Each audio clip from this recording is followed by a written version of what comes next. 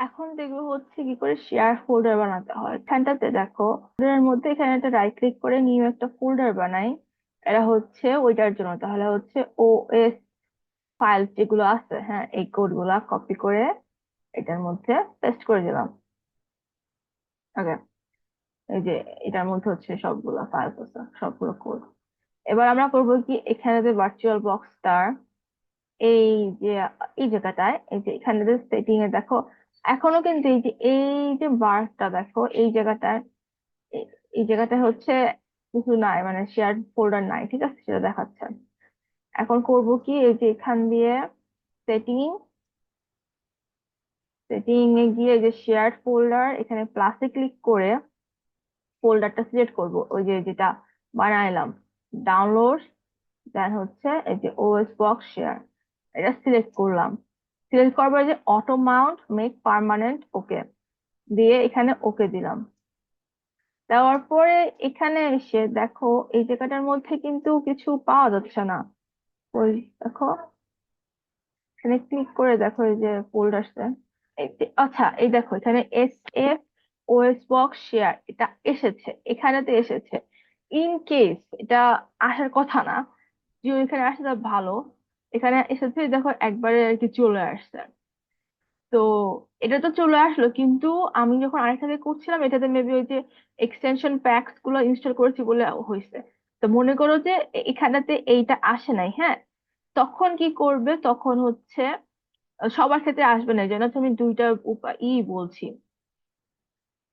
এখানটাতে করব কি, এখানটাতে হচ্ছে ফার্স্টে, আচ্ছা, সিডি, তারপরে স্ল্যাশ মিডিয়া স্ল্যাশ, এবার তো এখানে এলএস দিলাম, দেখো এখানটাতে হচ্ছে ওই ফোল্ডারটা আসছে। আচ্ছা আমি মেবি এই যে এখানে আগে এনাবল করে নিছিলাম, অ্যাড করে নিছিলাম। হ্যাঁ, এই যে এটা আছে এখানটাতে, এই যে এসএফ মানে share folder OS box share. এখন এটাতে ঢোকার পরে আমাদের করতে হবে কি, এখানে যে আমরা একটা সুডো দিলাম, সুডো মেক ডাইরেক্টরি ফোল্ডার দিলাম,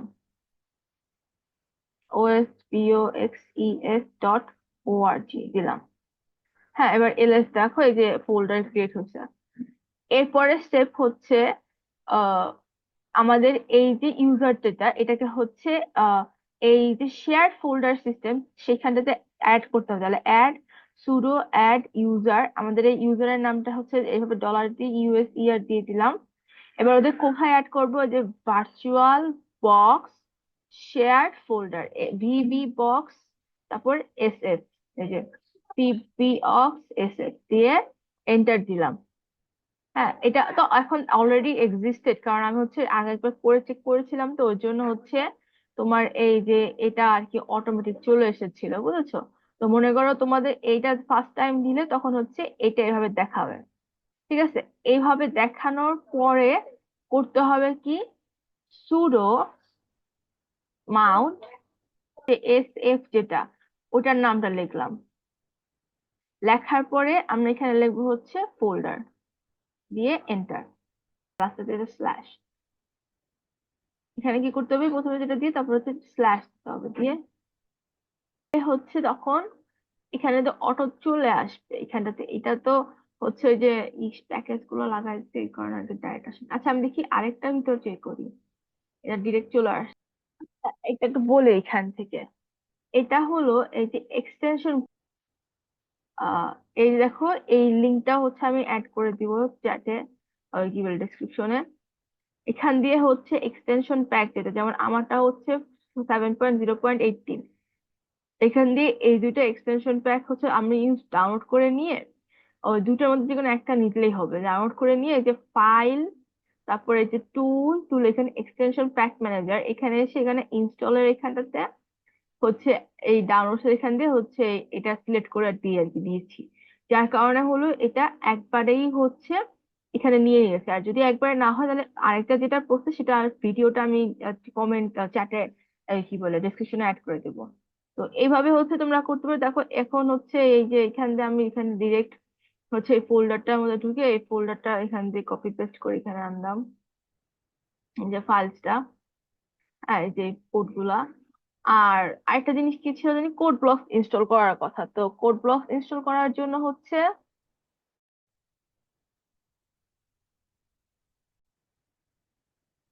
এখানে এলএস দিলাম, আচ্ছা এলএস না সিডি দিলাম, ও মেইন জায়গায় চলে আসলাম মানে ডেস্কটপে। এখানে আমি লিখবো হচ্ছে সুডো এপিটি ইনস্টল ব্লক, হয়ে গেছে, ব্লক ইনস্টল হচ্ছে। এখানে ওয়াই দিতে হবে,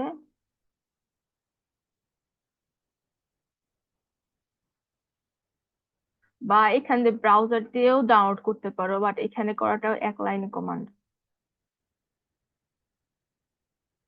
এটা ইনস্টল হওয়ার পরে হচ্ছে ডিরেক্ট একটা একবার জাস্ট ওপেন করতে হবে কোড ব্লকস লিখে, বা এখান দিয়ে তুমি সার্চ দিলেও তখন কোড ব্লকসটা পাবে। এখানে সার্চ দিলেও কোড ব্লকসটা পাওয়া যাবে তখন। টার্মিনাল দেখি,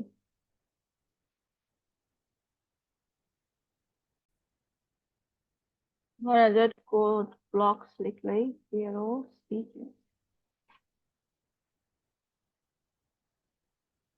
ওপেন হয়ে গেছে। এটাকে হলো এখানে পিন করে দিলেই হয়ে যাবে। পিন করে দিলাম। এটা দেখো এই যে জিএনইউ জিসিসি কম্পাইলার ডিটেক্ট করেছে, ওকে দিলাম। এখানটাতে হচ্ছে ইনস্টল করাটা দেখালাম। আর হচ্ছে মূলত আমাদেরকে কি বানাতে হয়, ওই যে অবজেক্ট ফাইল বানাতে হয়, সেটা এখানে বানাতে হবে। তো এখানে রাইট ক্লিক করে ওপেন ইন টার্মিনাল দিলাম, ওই যে 1 নম্বরের জন্য।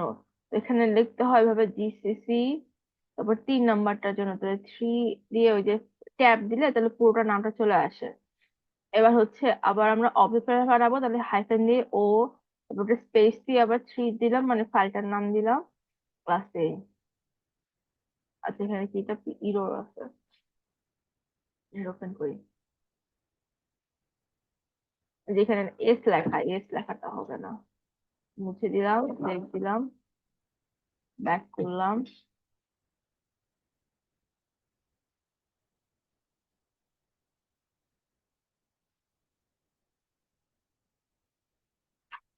আবার আগার লাইনে দিলাম, দেখো এই যে একটা অবজেক্ট ফাইল ক্রিয়েট হয়ে গেছে, এক্সিকিউটেবল ফাইল। এবার হচ্ছে এদিকে জাস্ট রান করতে হবে। তো রান করার নিয়ম হচ্ছে এটা ডট দিয়ে স্ল্যাশ দিয়ে তারপরে ফাইলটার নাম, ঠিক আছে, দিয়ে এন্টার। একটা জিনিস, এটা যখন রান হতে থাকবে তখন আমাদেরকে এই পাশে আরেকটা ট্যাব ওপেন করে নিয়ে আমাদের এখানে আমরা দেখার জন্য আমরা লিখবো হচ্ছে H top. H top maybe নাই, আচ্ছা app apt install H top, কি বলে সুডো, মানে যে যে প্রসেস গুলো রানিং আছে সেই প্রসেস গুলো দেখার জন্য হচ্ছে এই ফাংশন, এই ফাংশনটা ইউজ করা হয় এইচ টপ। এবার আরেকটা আছে হচ্ছে পিএস নামের, বুঝছো, রানিং প্রসেস দেখার জন্য। এটা রান হচ্ছে। মূলত এই কোডটার কাজটা কি আমি একটু বলি। এই কোডটাতে করেছে কি,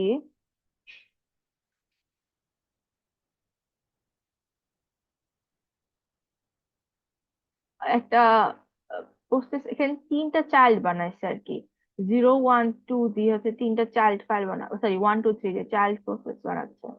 আর প্রত্যেকটা সময় হচ্ছে এক একটা প্রসেস চলবে, আর 30 সেকেন্ড করে 50 সেকেন্ড করে হচ্ছে স্লিপ টাইম দিবে। কিন্তু প্রবলেমটা হচ্ছে, এবার দেখি এখানটাতে,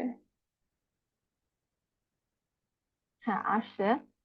আর এরপর প্রোগ্রামটা এক্সিকিউট হয়ে গেছে, আমি এটা আবার রান করি। আর এখানে দেখো যে টাইমের উপর বেস করে দেখি, যে টাইম,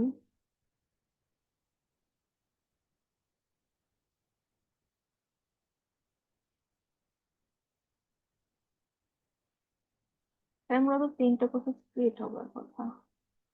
আচ্ছা আমি একটু আরেকটু এগুলো অ্যানালাইসিস করে তারপর হচ্ছে বলছি, ওকে।